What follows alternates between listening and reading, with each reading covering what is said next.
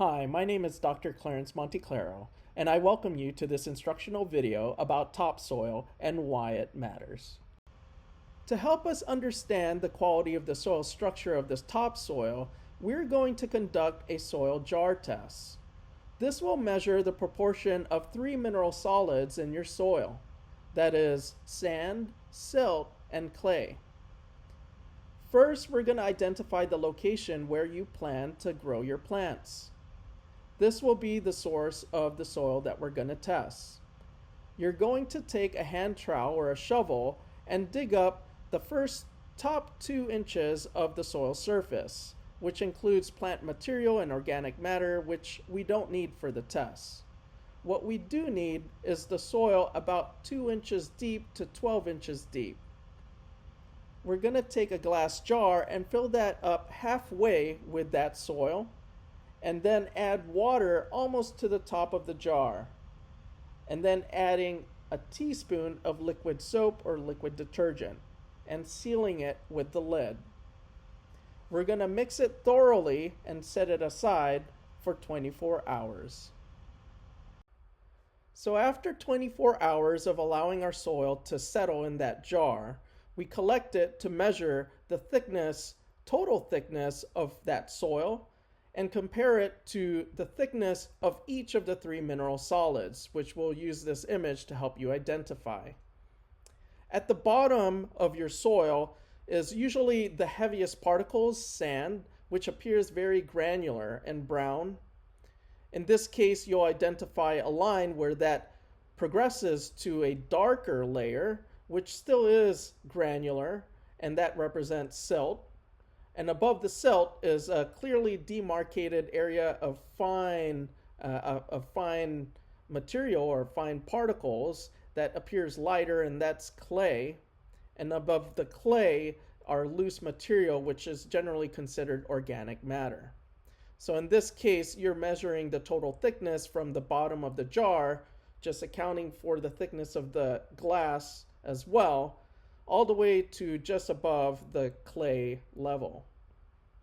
And for the thickness of each of these mineral solids, you're going to use it to determine the proportion relative to that total thickness of soil.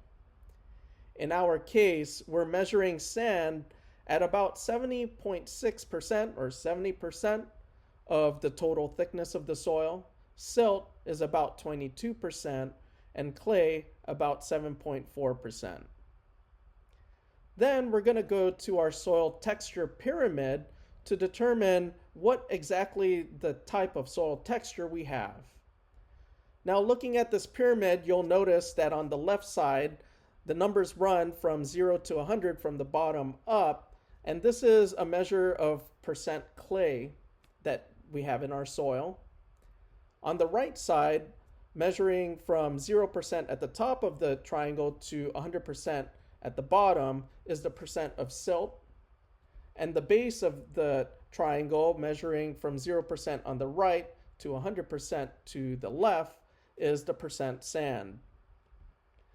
So now, measuring out the proportion of our soil that was collected, we notice that there's about 70% sand. So at the base, we're going to run a line at the 70% line, running from the base to the left. And then for the silt, which is 22%, we're going to look to the right side of this triangle and going down from the top, which is 0%, to just past the 20% line.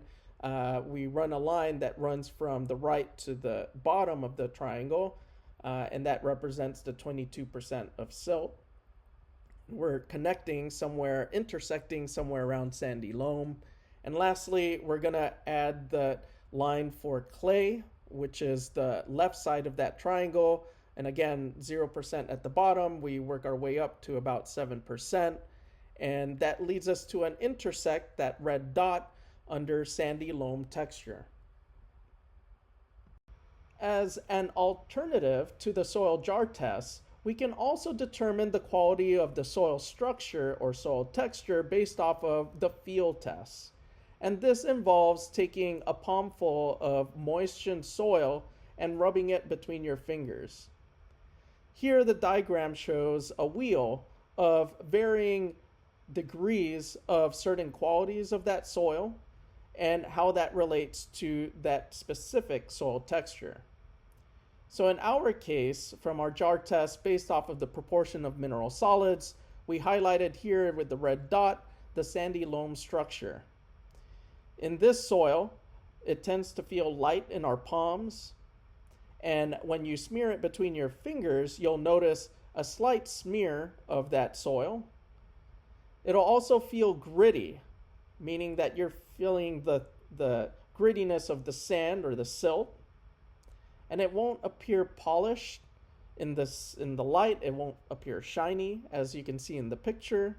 It has a dull or flat appearance in the light.